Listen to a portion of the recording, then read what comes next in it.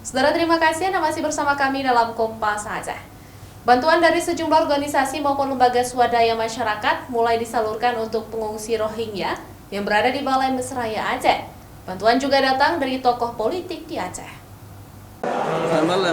Pasca bantuan dari Majelis Permusyawaratan Ulama Aceh, bantuan lainnya terus mengalir dari sejumlah elemen masyarakat dan sejumlah tokoh politik Aceh untuk pengungsi Rohingya yang berada di Balai Mesraya Aceh. Bantuan berupa mainan anak-anak secara simbolis diserahkan kepada pengungsi. Bantuan yang diserahkan ini diharapkan bisa dimanfaatkan oleh anak-anak pengungsi untuk bermain. Dan melihat langsung apa yang menjadi kebutuhan mereka.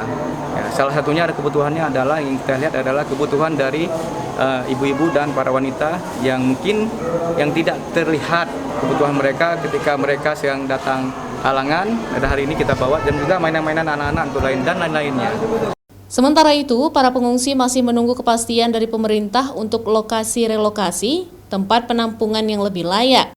Pasalnya, sudah 1 bulan mereka masih bertahan dalam kondisi keterbatasan. Mereka tidur beralaskan terpal dan fasilitas MCK yang belum memadai. Karena itu kita mendesak agar UNHCR, IOM bisa lebih strategis langkah-langkahnya.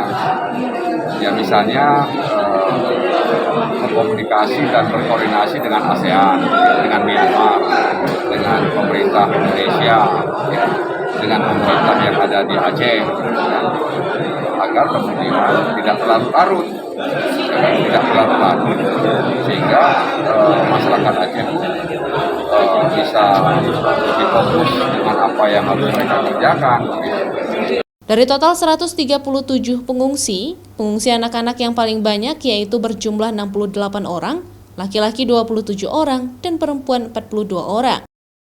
Nova Misdayanti, Kompas TV, Banda Aceh.